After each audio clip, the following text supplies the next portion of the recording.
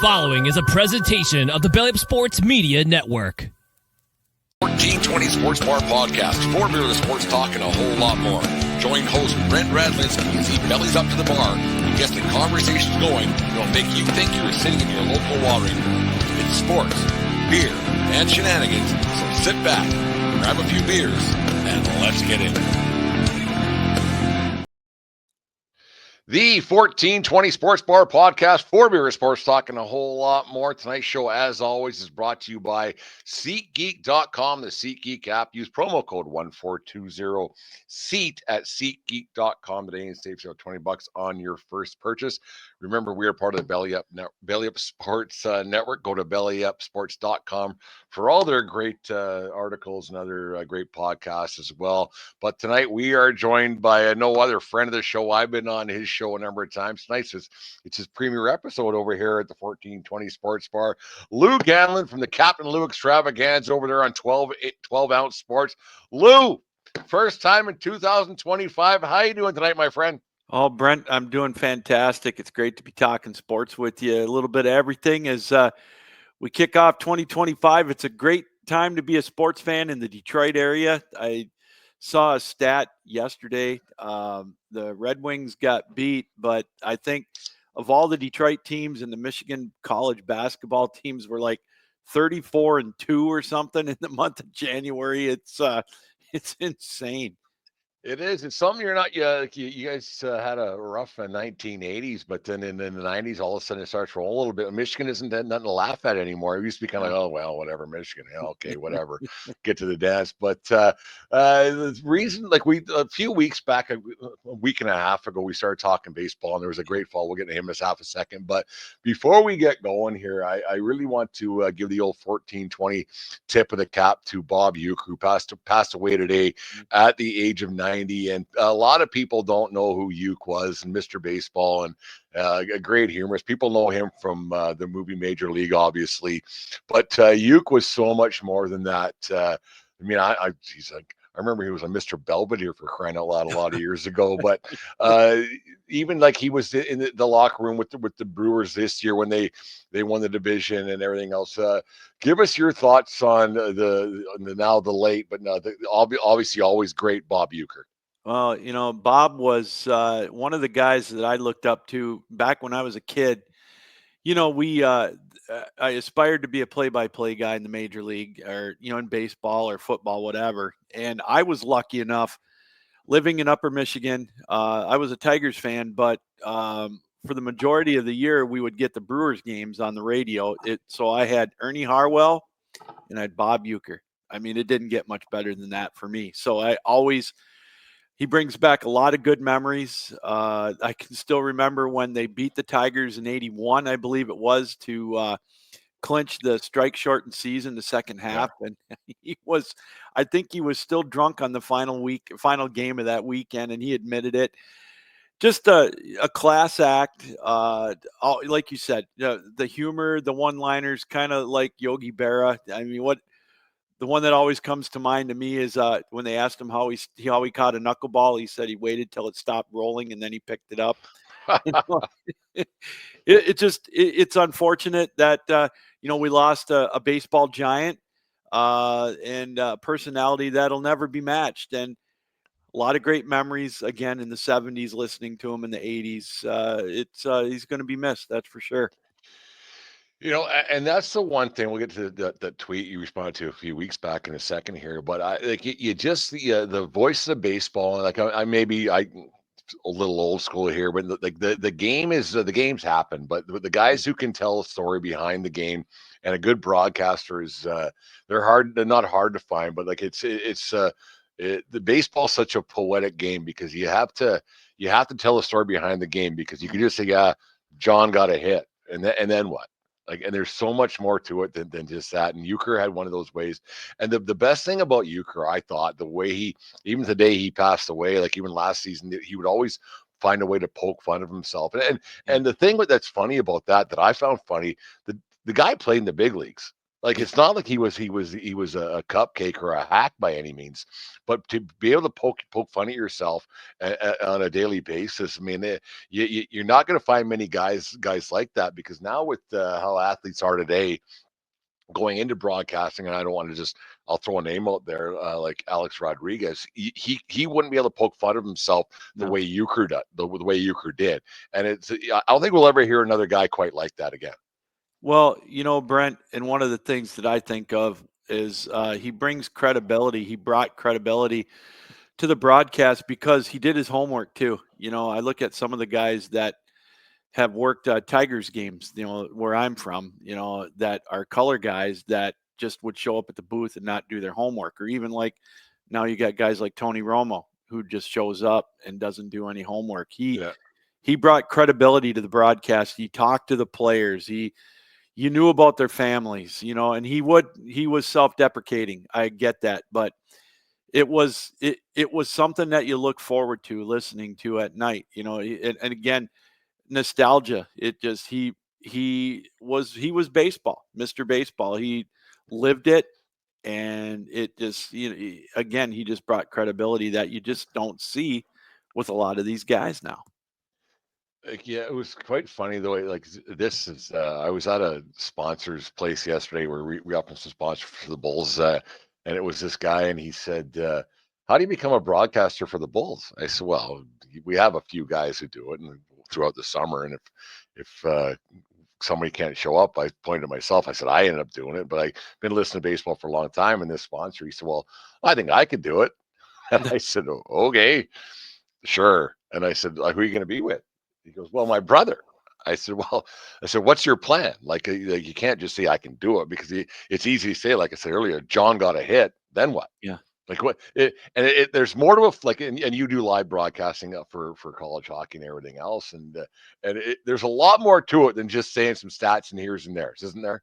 Oh, I got to tell you, Brent, baseball to me is the most difficult sport to broadcast play by play because you've got dead air to fill in between pitches. You've got to create the theater of the mind, and you've got a lot more time to do that, especially if you don't have a color guy to work with. And Yeah. so you've got to go, you've got to do your homework. You got to say, Johnny Baseball's batting 275 or where he's from. And you got to, it takes a lot more to keep the listener engaged in the game. And it's not just, Johnny got a base hit or strike Yeah. three or whatever. You got to bring personality. And that's so funny you say that, because I get a lot of people that come up to me and say, "I think I could do that." And I'd say, "All right, come on up and try All it right. sometime." Yeah. And they see very quickly that it's an art that takes a lot of practice. And again, Ueker did that. He practiced it. He made his way up from the minors, after baseball. He was a true professional, and it's not just an act. He put his work in. He was a solid professional. Like I watched the Yankees game. Obviously, Michael Kay's like one of those guys, knows when Mhm. to not talk, knows when to talk, and I think that's the biggest thing. And like, we want to get into this, and like the Bradley baseball, at Bradley Gloves on Twitter or X, whatever you want to call it, this week. He put a tweet out a couple weeks ago, and I quote: "How did baseball before cable TV, much less the internet, capture the hearts of so many of us old dudes?" That's me and you there, Lou. My 2 cents: a few things: organized pickup games, wiffle ball, tops, meaning the baseball cards, the NBC game of the week, and obviously no phones or tablets. And then you replied, "Theater of the mind. Baseball was so dramatized back then. You didn't know what every athlete ate or did. There were heroes back in the day. Every kid played the game when we were kids." I grew up across the street from the Little League field, and when we first moved there, it was only three, like, little small town Fort McLeod. But when we moved to this new house after my brother Mike was born, so I was 5 years old, and there was two little league parks across the street, and I fell in love with baseball probably 3 minutes after that. I was 5 years old, because there was always somebody playing, and like you said, everybody played when you were kids, and you had a chance. Um, Lou, eh, get elaborate on what your thoughts were on your reply to that tweet, because like the way this Bradley Gloves posed the question, the way you responded to it, I think was perfect. Well, we grew up in about the same time, and again, it goes back to, like you said, everybody played. We would go outside and play until, the street lights came on. And in some Yeah. instances, we played even in the dark. We did our best until moms and dads called us in the neighborhood to come home. You didn't have, you just looked up to the baseball players. They were regular people. You could approach them, but yet I can always remember wondering what it would be like for my team to be in the World Series. And it was something that you wondered what it would ever be like. But you didn't know what these people did. You didn't know and again, maybe that wasn't a good thing, but you didn't know if they had issues. They were always just larger than life.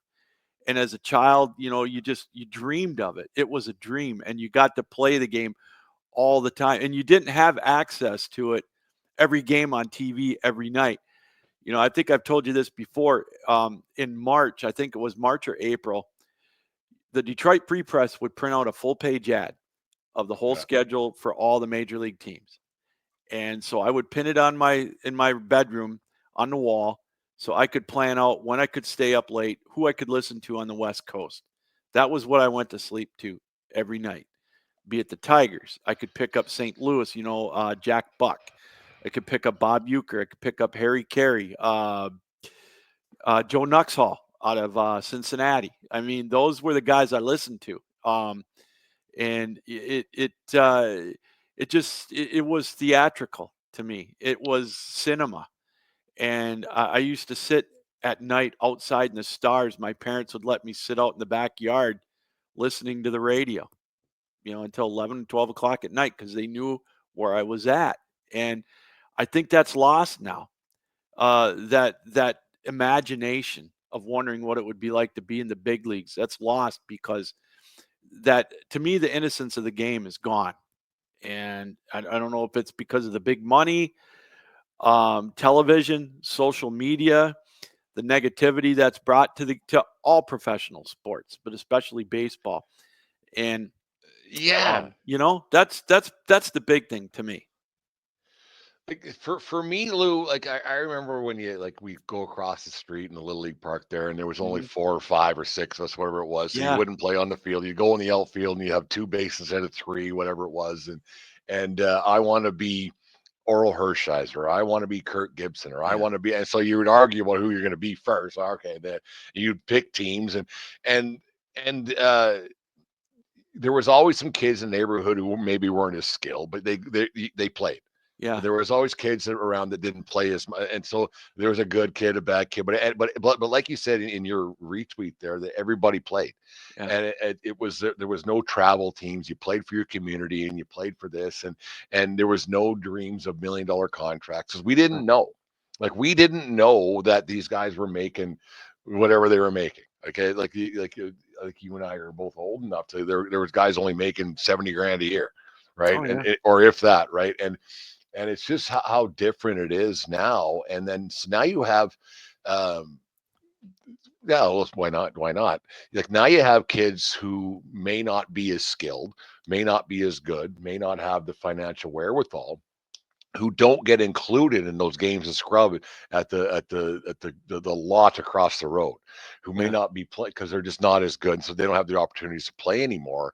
And then I rarely see kids just playing without parents around. Like I No. rarely see, I never see it, and you rarely see a kid wearing a jersey with a player, or who even talk about baseball. Like they play, but they don't collect cards. But they collect cards for a different reason, because this one's worth this much money. Right. They aren't opening up the wax pack anymore, and it's just because it's expensive. But the I personally think, like you were saying there, that like when I remember when we first got cable TV in Fort McLeod. So we got ABC, NBC, and CBS. So that meant we only got one more baseball game a week. That's all it meant. Yeah. So you had to search it out, and like you had to search out who was leading the like you go to the paper every day and see who was leading and what happened. Like we just didn't have the access to it, and No. I personally think that the more access we have, has hurt the game, I think, at the grassroots level, which has increased to hurt it more at the higher levels. And maybe because I don't want to say I'm, get off my lawn guy, but I just think it's just so different now in comparison to what it was 10 years ago, let alone 20, 30, 40, 50 years ago. It's Boy. just, and I don't think it's for the better. There's not a lot of kids that I see, because I'm around the game all day, every day. It's my job now, but you just don't see a lot of kids who have favorite baseball players anymore. You just don't. You don't. It's funny is going back to the 70s when early 70s, my earliest recollection is the 71 Tigers, and then 72 when they played Oakland in the ALDS, getting to play hooky. My mom and dad let me stay home to watch Game 5, I think, or Game 4, the one where Bert Campaneris threw the bat at Laren LeGros and on the pitcher's mound. And then I'll never forget 1976. The only time of the year I think Detroit was on Monday Night Baseball was when Mark Fidrich pitched against your Yankees. Yeah. And it was at Tiger Stadium, and they won, and it was must-see TV. We never saw the Tigers again on TV. Detroit was so bad. But it was once a week. It was Monday Night Baseball or Saturday afternoon game of the week on NBC. Yeah. But the only way my parents would let me watch that in the summertime was if it was raining out, because we were outside and playing. We were playing, and it just was a different mindset back then. Again, like you said, everybody played, and it just you just played for the love of the game, and there was no travel baseball. We played Little League. The highlight of my baseball career was when I made the Munising All-Star teams as a 12-year-old, getting to play Marquette and K.I. Sawyer. And we got beat in the second game. We were done. But, I mean, you lived for that. Those were but as a guy who wanted to be a play-by-play guy, again, I used to memorize all the rosters. Now, granted, there was only 12 teams in each league back then, 6 in the East and 6 in the West, I think, or 5 and 5, whatever it was. But you knew the stadiums, you knew the players, you knew the announcer, you knew everybody. And now it's just a different time. And I think the innocence is gone with the advent of social media and all the money that these guys are making.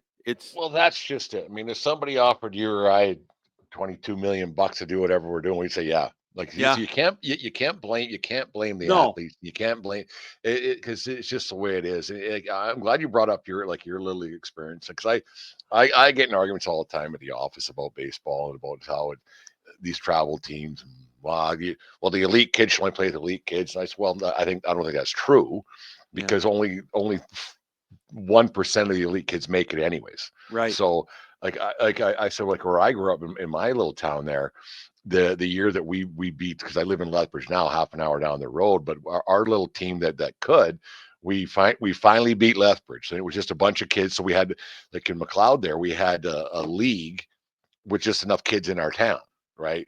So then you make the all-star team, and then you play in your divisional playoffs, and you play in your regionals or whatever it might be. And we finally beat Big Bad Lethbridge from Fort McLeod. And so we got to go on to the Prairie Championships and on to Canadian Championships and the rest. And we were a couple of outs away from going to the World Series. So it's like, you look at that, and there's kids that this is, Jesus, Luke, I'm getting old. This is 40 plus years ago. Yeah. Right. Yeah.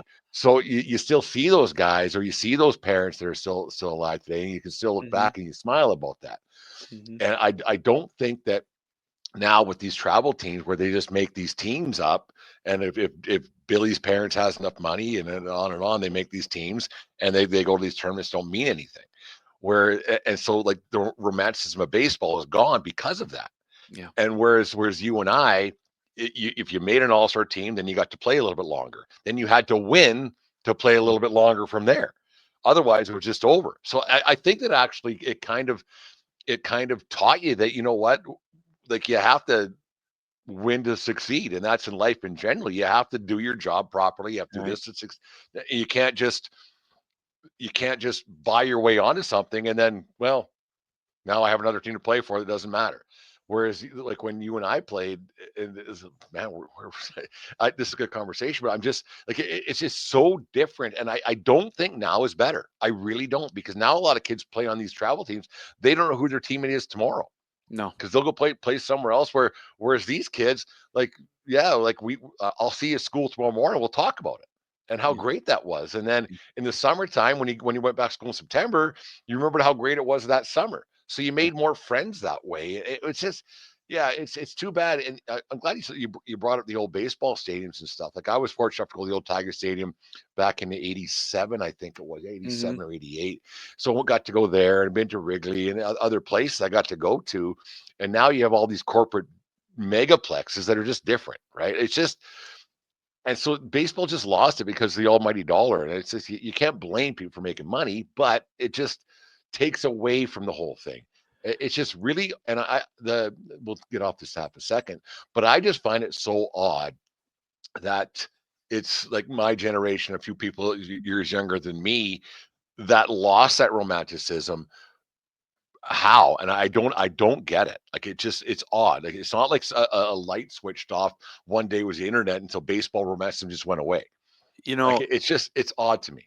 it is. And I revel in reading old books. Like I'll never forget reading Pete Rose's book about how his mom used to take him to Cincinnati. They'd pack Mhm. sandwiches and go to the game, sit in the outfield, watch a doubleheader. And we used to go once a year to Milwaukee because it was closer than going to Tiger Stadium. We'd go for a doubleheader. We'd watch either the Tigers and the Brewers or the Brewers and whoever. And you could get in there and you could pack a lunch to bring into the Yeah. stadium. I mean, you think of that now and, they Oh check your God. bags for weapons. I mean, Nine metal detectors and getting frisked going through the exactly. door and I ay. mean, you could go to a doubleheader. It would start at 5:15. You'd be done by 11. You get 2 games in.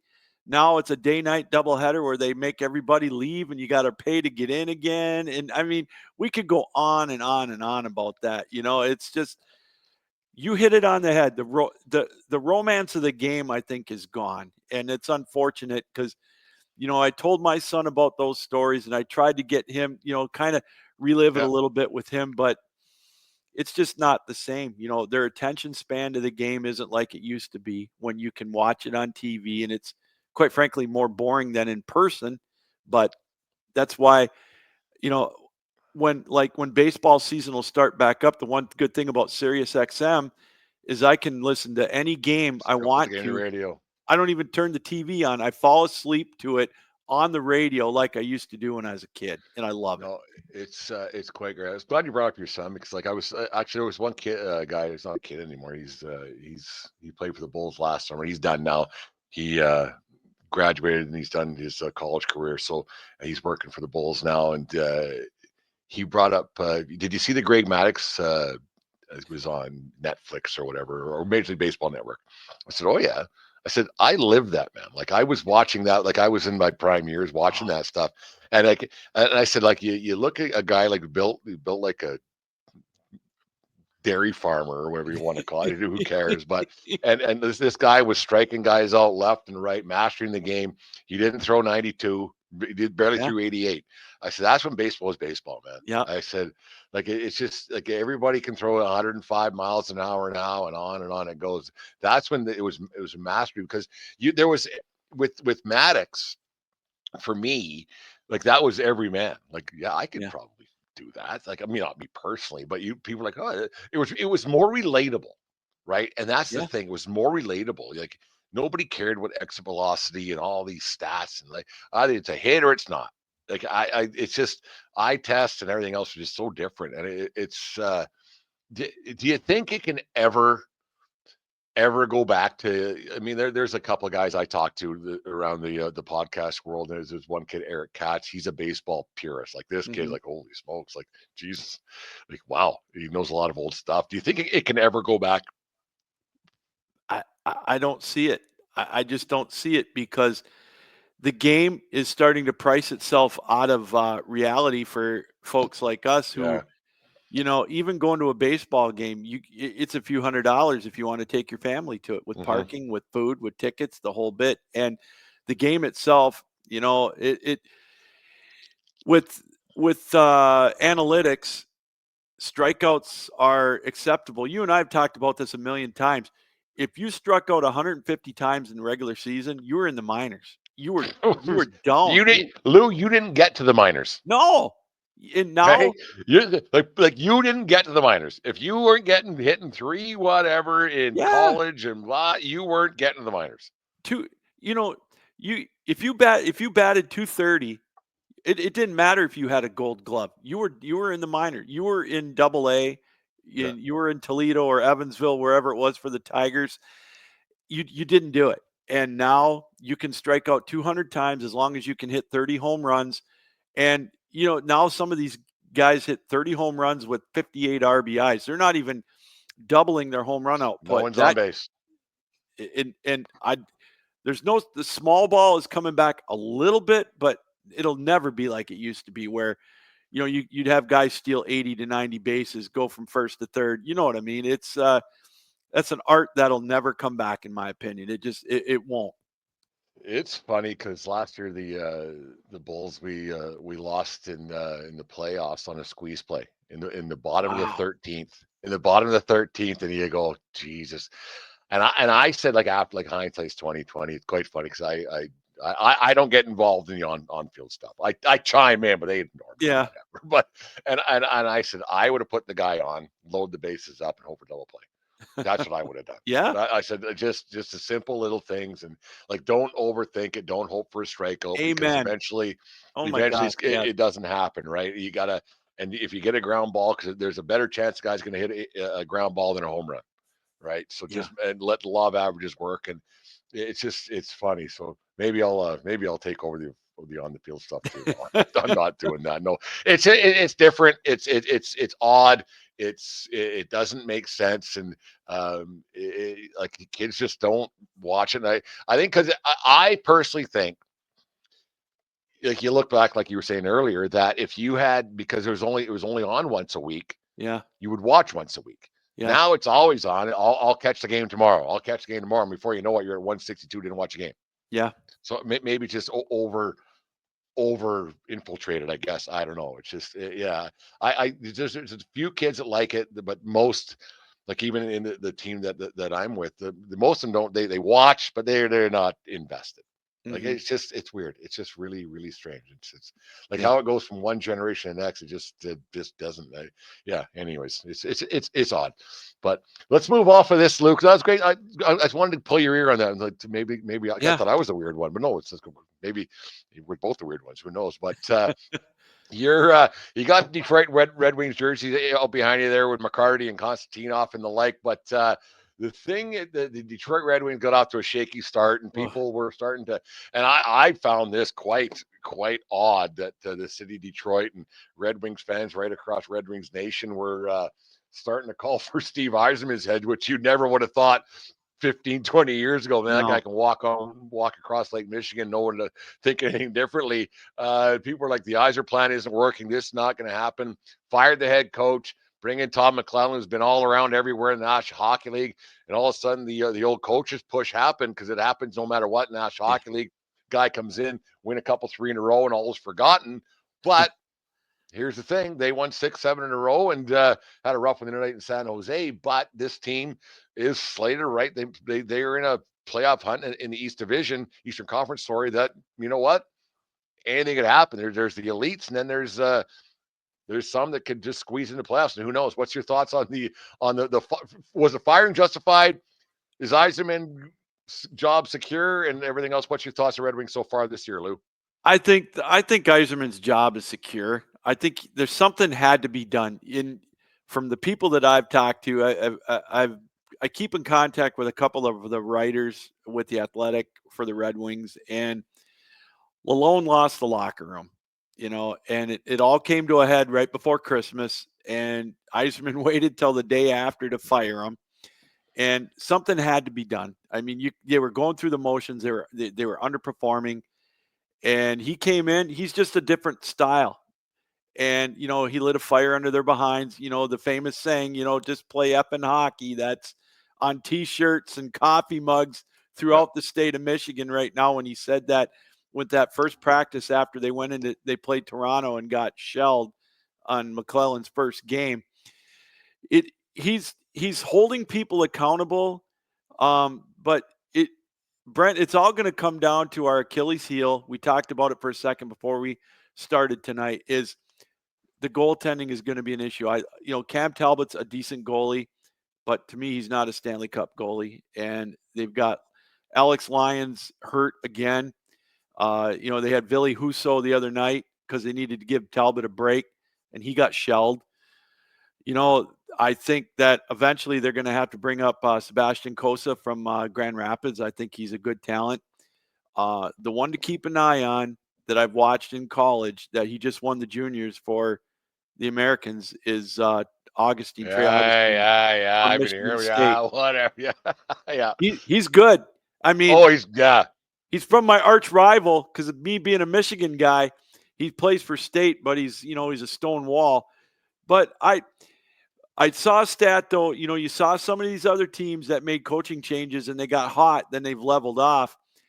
They're coming into a stretch right now. They've got the Florida trip. They're tied with Toronto, or actually they just went ahead of Florida tonight, 2-1. But they got to play Tampa. Then they've got like a 5-game road trip coming up. We'll see what happens after that. They've got a big stretch of road games. I think 23 out of their final 39 games are on the road. So that's going to be tough. You know how close they were last year making the playoffs, and I think everybody said they've got to make it this year.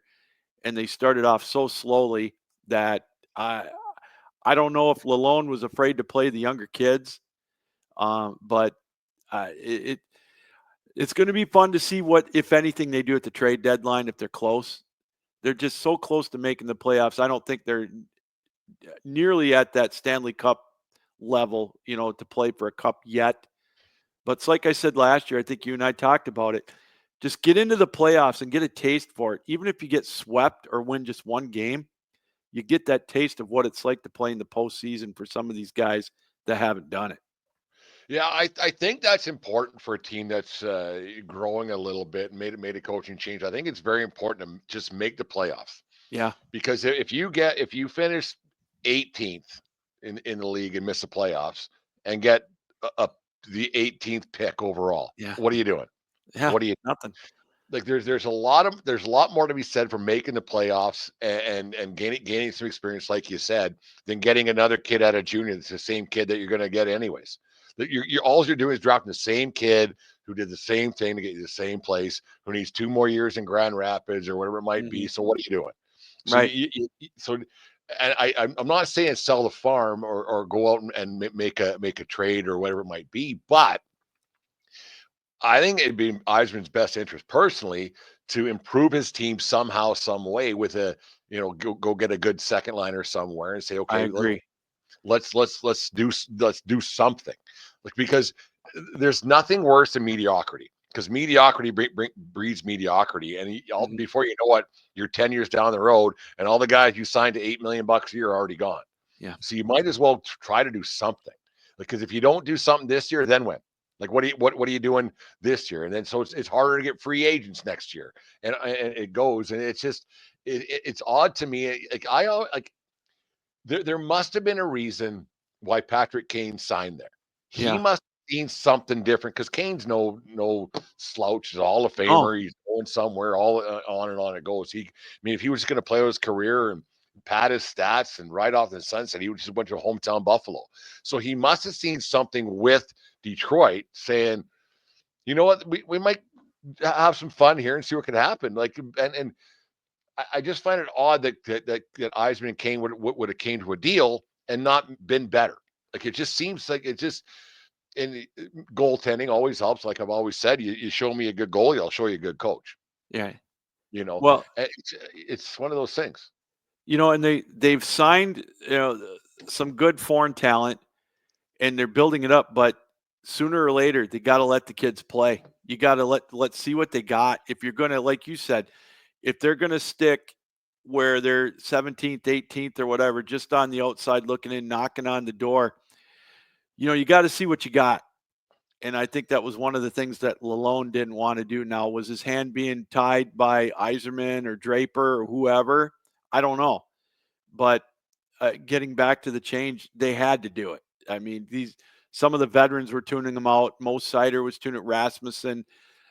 You know, there's still a few people on there. I don't know why they're playing. I don't know why Jeff Petrie is still playing with Detroit. I don't get it. Sherratt sometimes is very puzzling to me. He has good games and he stinks to join up. I don't know. I mean, it's so funny. Detroit was a destination place to go. They made the playoffs 25 straight years. But boy, once you lose it, it is so hard to get it back. The Blackhawks are going through it now. I mean, you got to break through. They got to figure something out. I don't know if it's trying to trade for a goaltender or whatever, but yeah, they got to make something. They just got to do something to either play the young guys or make the trade to get somebody to get in there, because once you get that taste, you build on it and you're right back up. Like winning is such a fine line, especially in Mhm. National Hockey League. Like you can do whatever you got to do, and you can have the best two of the best top 5 players in the world, like the Oilers have. And they didn't win anything either. They got Yeah. the finals, and they're really good. But now what, right? So it's so tough, and free agency and everything else. And Detroit's not exactly a destination, and No. people want to go to different places and taxes and all. Like it's just tough, and and when you get a chance, and like Eisman came with some pretty good pedigree, because let's face it, he built those Tampa championship teams down there, and maybe he thought it was gonna be easy as well, and maybe I don't know, like he saw, so obviously he saw a lot of the glory years in all the glory years in Detroit, but it was a different era when Ilitch could just stroke a check and say, "Here you go," because he like the Red Wings used to have players calling what's his name, Jimmy Hall or Kenny Kenny Holland. Kenny Holland, wanting to go there Yeah. because you know what, they had a chance to win every year. Yeah. Yeah. How much you want to play 4 million? Okay, come in. Like Robitaille, yeah, whatever, come on over. So it's just a lot. It's just a different era. Like It is. do you, and he's and this let's not go into the Yankees, because you can't buy a World Series. You can't. Like, let's not.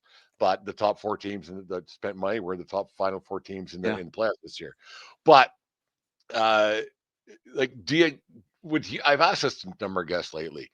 Are you for a salary cap or against a salary cap? Or you're like, every sport's a little different? Or what's your take on a salary cap? I go back and forth on it. I've never I'm the begrudged same way, Lou. I've never begrudged the Yankees for spending the money, because they've got the network to back it up. They do their homework. It's legal. You know what? I'm more of a luxury tax kind of guy, because if you're willing to spend it, then maybe you should pay a luxury tax on it. I, I I'm not a big salary cap guy. Maybe it's because the Red Wings were so successful back then. Yeah. But what a lot of people this generation fails to realize too is Detroit went years, decades without winning a Stanley Cup. Again, we go back to the 70s.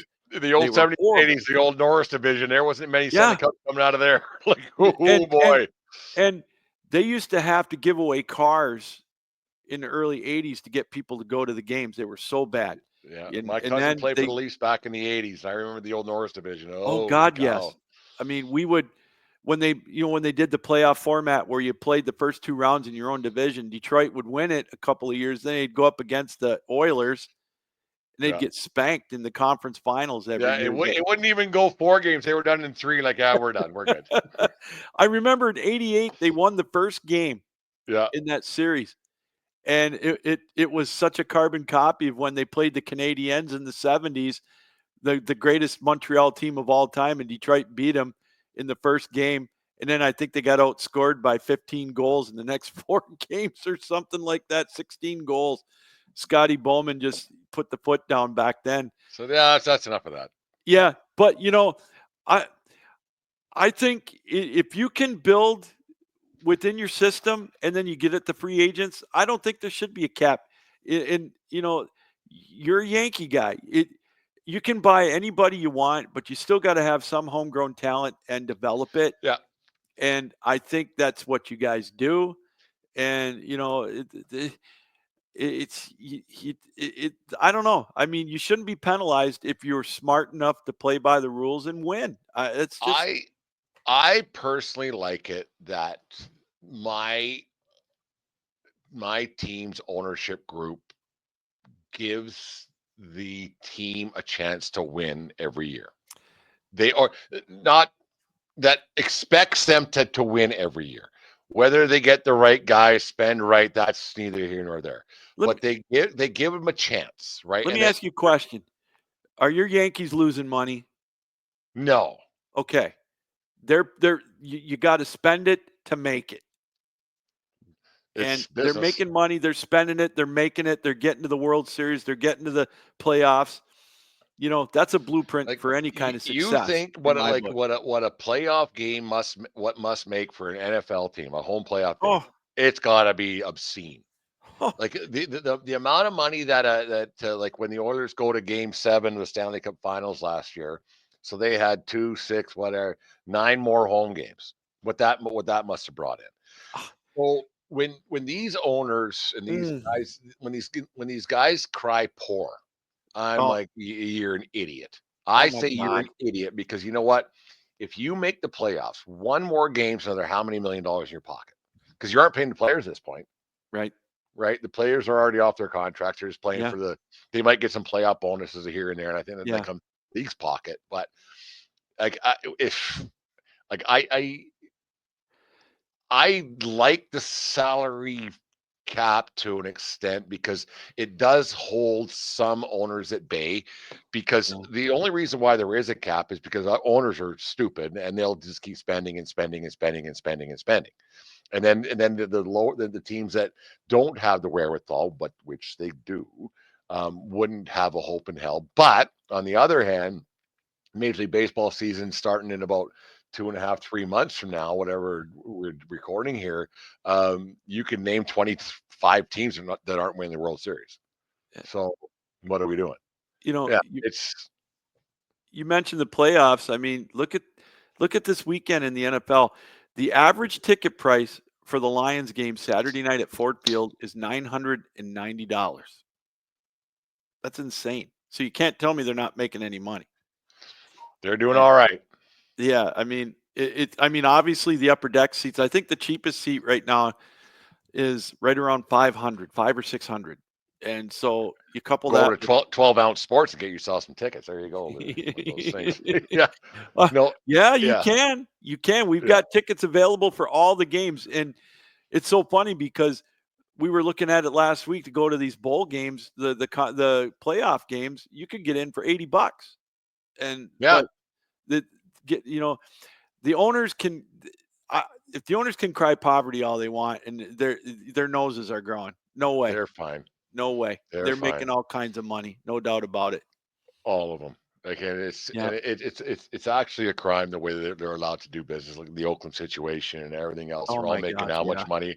They're all making how much money off of all the deals on TV and blah blah blah. Oh Yeah, my God. it's insane. Yeah. It's actually crazy. Yeah. It's not right. I It's agree. not right. And we haven't talked since the Soto signing, I don't think, but he got what 51 million bucks. And I was talking with somebody, I can't remember who it was, do so many of these damn things, but I said if anybody in their right mind can tell me that Juan Soto, yes, they play more games. Yeah, whatever. Yeah. Baseball plays 162, hockey plays 82. Right. But if anybody can tell me that Juan Soto is 4 times better the athlete than Connor McDavid is, they're out of their mind. No way. And it's No not way. close. Oh, you're right. No way. I Like totally agree. he's just not. And Brent, you think about it, he can opt out of that contract in what, 4 years, 3 years? 4 years. And he can go back and he will be, if he has any kind of the numbers he's got now, he's going to be the first $100 million a year player. Somebody will pay it. The I don't Yankees get or it. the Dodgers or somebody will pay him $800 million for 8 years. When he signed Lou, like when he signed elsewhere, I went, thank you. I Yeah. went good. I did. I was like, all right. I can justify like I'll put my ownership hat on here if I was the owner of a Major League Baseball team. I can justify paying a pitcher 40 million bucks Yeah. because he's in control of the object, and I can get that Yeah. because guys hit maximum 300 now. So if this guy is 7 out of 10 times, he's getting someone out. Yeah. I can't justify a guy hitting 280 giving him 40 to 50 million bucks. I just can't. It's I unfathomable. can't justify it. Like he's a great player. Um, all these projections and everything else that he's gonna be a Hall of Famer. Well, he could get hurt tomorrow. He's not. Like We I don't know. we talked about this last year. You and Yeah. I, you're on either my show or your show. How many ball players are hitting 300? You can count None. them on two hands. I mean, again, you weren't considered an all-pro or an all-star if you were batting 280. You just weren't. And now they're getting, like you said, they're getting paid $40 to $50 million a year. It's 50 just million insane. bucks. 50 million bucks. Oh my God. And I was listening to a show a few weeks ago, and it was an ex-major leaguer. I can't remember who it was, but he said, "I don't turn the TV on to watch Juan Soto." I was like, "Neither do I, man." Like if he didn't play for the Yankees last year, I was like, "Okay, Yeah. he's in San Diego, or he was in Washington, or all right, okay." Like that's just insane. Actually, I got a good question for you before we'll get to the lines a little bit here, but Yeah. the I heard somebody saying this is ridiculous to me, and you're a Michigan guy. Somebody said, he said, "Do you think that the Ohio State that still bothers when they lost to Michigan?" I was like, "No, they might win a national championship. They'll be fine. That they lost to Michigan." What's your thoughts on that? I don't know, Brent. There's a certain part of that fan There base. are there. Okay, I want to hear this. I'm sorry. Yeah, I want to hear this. No, there's a certain part of that fan base that still will not let Ryan Day go because he's lost 4 in a row to Michigan. I saw something today. The guy that I love it. It's great. the guy that ran the fumble back, Jack Sawyer, Yep. right? It still burns it burns him more than a flame that high that they lost to Michigan, especially this year. That rivalry Yeah, is. that one's not good. Yeah. I mean, it's incredible what Michigan was able to do. I bet you if they played them 19 times out of 20, they would beat Michigan. But it was just that one day where Chip Kelly just had a brain fart with his game plan. There's going to be a certain faction that still, That's crazy. if they beat Notre Dame, it's not going to be good enough because they haven't been able to beat that team up north in 1948 days or whatever it is. But it's the same way up here. You know, if Michigan Yeah. would have lost to Ohio State last year in the finale and won the national tournament or the national championship, there'd have been a certain amount of the fan base in Ann Arbor and East Lansing that would say, "Hey, you still didn't beat that team down there." There will be. It Really? Is doesn't that matter. It doesn't matter. It's I crazy. think that no, I think it's great. Like I've seen it not firsthand in either stadium, but a few years back, I was down in Los Angeles, and we were going to USC Notre Dame, and we were staying where we were staying. I walked by this bar to get a cab, and there was not a car in sight because it was 9 in the morning in LA. Yeah. And all of a sudden, I hear this just eruption coming out of it. What the hell's going on? So I walked in there because it was afternoon game, so we were going out to do some tailgate and have a good Yeah. time at the LA Coliseum. And I walk in, and it's this sea of red jerseys. It was an Ohio State bar. I'm like, what the hell? And I was like, this is because they just scored against Michigan. Yeah. I was like, this is insane. Oh, Like it's the game, and no, and like my girlfriend, she was my sister were tearing up the emotion that was coming through. So I'm glad I asked you that people care that much more about beating Michigan or vice versa than maybe it the is. national championship does. That's It is. great. It is. I mean, it's funny is I think it's great. I'm rooting for Notre Dame. Well, I kind of figured that I much. can't Yeah, root for. I can't do it. I can't root for Ohio State. And it's nothing personal, but there's certain teams I just you just don't root can't. for. Can't root for. You bleed blue. It's You red believe? blood ain't coming Yeah. I out of mean, your yeah. my dad would be rolling in his grave if he found out I was rooting for Ohio State. That ain't happening. It's I hope Notre Dame beats them. I think it's a 9.5 point spread right now. No one's giving Notre Dame a chance to win, but no one gave Notre Dame a chance to win a lot of times. I think Notre Dame's really good. I I'm taking the really do. points. Like I think Notre Dame has a chance to win this game. I do. I do too. I think the points is a lock. I think that Notre Dame is better. I mean, they're there. Do you like the format? Do you I like do. the 12? Yeah. I would tweak it. I would tweak it and put, some of not give the conference champions an automatic berth, or actually, you know what? I'd almost leave it. But what I would do, Brent, is I would reseed after the opening round like they do in the NFL, Yeah. and I think they do it, with the NHL and the NBA. I would reseed it because Yeah, because the conference champions didn't do so well when it came all no, comes down to it. Like, no, and the week off and everything else and stagnant and you get Christmas and things. And the one thing I would change is that like the schedule, it kind of got lost a little bit, like a yeah, Thursday night and then a Friday yes, night, yes, and then have the New Year's Day is supposed to be the day for everything. I would change the TV end of things so you can yeah. because it's kind of dragging into the NFL playoffs now, and it gets lost a little bit Hmm. for me. It's just one of those things. But no, I think it's great. Your Lions, let's hear it. They got a chance. I want to hear it, Lou. They got a They, chance. you know what? They're getting David Montgomery back, so they're gonna have Sonic and Knuckles back in the backfield with Goff. They're gonna give up some points Saturday night to Washington. I Mhm. mean, it's Jaden Daniels is playing. He's not a rookie anymore. He's playing very, very well. But they're coming to Ford Field. This is what Detroit has played for: home field advantage throughout the playoffs.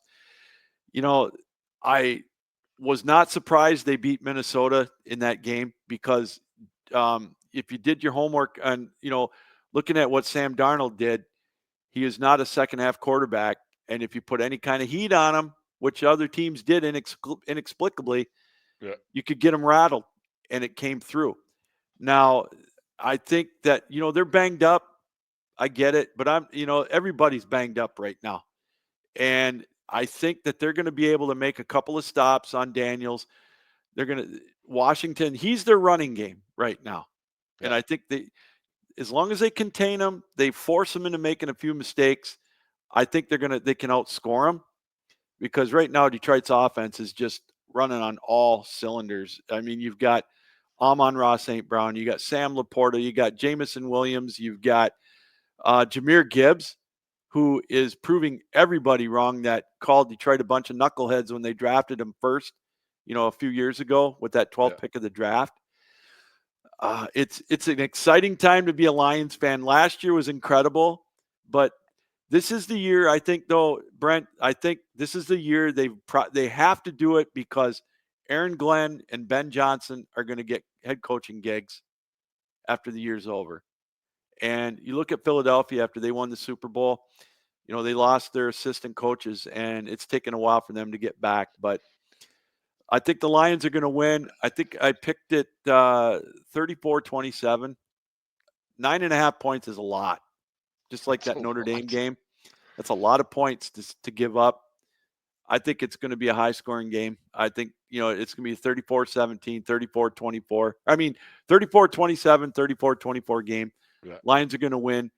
And I hope to God that Philly beats the Rams because I don't want to see Matt Stafford coming back to Detroit again for another No. playoff game because No, they're because you never playing know. really He well. might have a little chip on his shoulder saying, Oh, "Watch boy. this," and give the great Yeah. big FU, and who knows what might happen there. Yeah. No, they got a good chance anybody right now. Like I hope Detroit can pull this off. I mean, the Lions fans been it's Mm. just been tough for a lot of years. For a lot of years, it would be kind of pull. I would love to see a like for the two franchises have had a bit of a rough go for a long time. Got lick in the jar a little bit in Buffalo for a little Yeah. bit. I would love to see Oh, my God. Wouldn't that be a, great? a Detroit Buffalo Super Bowl. How is Buffalo an underdog in this game Saturday or Sunday? Well, They got the well, two MVP candidates and everything else. They're ranking one MVP candidate above the other, right? And that's all it is. I mean, Uh, it's That's Lamar Jackson. And the thing is that not that Josh Allen's not athletic, but he's not as athletic. And the National Football League MVP has always come down to the most athletic quarterback hmm the last few years, right? So yeah. maybe that's how they do it now. And it's if you have a very athletic quarterback, and you have a better chance to win. And it's I don't know, it's going to be interesting. Like I think that the right teams are playing right now, Yeah. kind of the way it works out. But it's no, it should be interesting. But I would love to see a Bills Lions, Oh my God, wouldn't that be a couple great? teams that haven't done much in a lot of years, but it could be fun to watch for sure. One can only hope. One can only Yeah. hope. Lou, it was good catching up with you. We got Oh, to do this more often, my yeah. friend. Tell everybody about what you got going on in 12-ounce sports and what's happening. You're a busy man. You're Well, busier now. Wednesday nights I have my Captain Lou Extravaganza broadcast, 7 o'clock. We run for about an hour or so. Right now we're knee deep in football, obviously, with the playoffs and college football with the championship game. But after this week, when college football stops, we really start to kick into gear NHL talk. We dabble a little bit with the NBA, but then that kind of ties us over till spring training, which is, less than a month away. And then Pitchers and catchers. Yeah, there you go. exactly. And then on Tuesday nights, I have this is my ninth year. I've been doing this with the ACHA, the American Collegiate Hockey Association.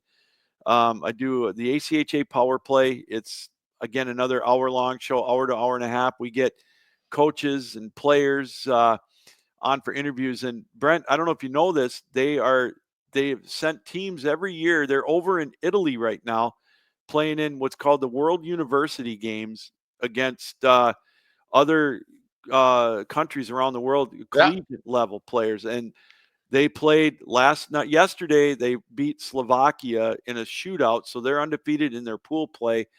But it's the American Collegiate Hockey Association. Not to get off very on a tangent, real quick, is the talent level is picked up. So I know it's technically club hockey, but it is with so few NCAA teams in the United States, you get the level of play as grown in leaps and bounds. And it well. was There was a little proven, upset a few weeks back. That was yeah, UNLV beat Denver. It was Denver's got 13 NHLers on that team. So yeah, but that's what we do on Tuesday nights. And also when that steps aside, when their season's over, it's going to be season 2 of Captain Lou's Champions of Sports History, where we highlight a certain team, a certain era, like you and I talked about the Yankees of the 90s. So we're busy all year, but I wouldn't have it any other way. no, that championship sport, it's fantastic. I listen to all those watch them on YouTube. Like I think it's fantastic to Yeah. reminisce about the old times because Yeah. there's as we talked about earlier on the show tonight. There's nothing quite like glory days. They always seem to get better somehow, don't they? They do, don't they? Yeah, it gets embellished even more, but Like it's I, good. I don't even know if we told the truth half the time, but they always seem to get better. Yeah. Sounds good, right? No, no, Lou. Thanks very much for doing us. We'll have to You get bet. together again before baseball season starts and talk about it. And hopefully, good luck to your Lions going forward this weekend. 'Cause I'm All down right, let's yeah, go. Go there, Lions. Let's go. there you go. The 1420 Sports Bar podcast, 4 beer sports talk, and a whole lot more. The show is brought to you by SeatGeek.com, SeatGeek app. Use promo code 1420SEAT and save yourself $20 on your first purchase. Check out the Captain Lou Extravaganza and 12-ounce sports. Save yourself some money and some tickets there as well and everything else. Thanks very much, everybody, and have yourself a great night. And remember, smart people bunt, and it doesn't matter where you are. Have a good night, folks. We'll talk to you again tomorrow.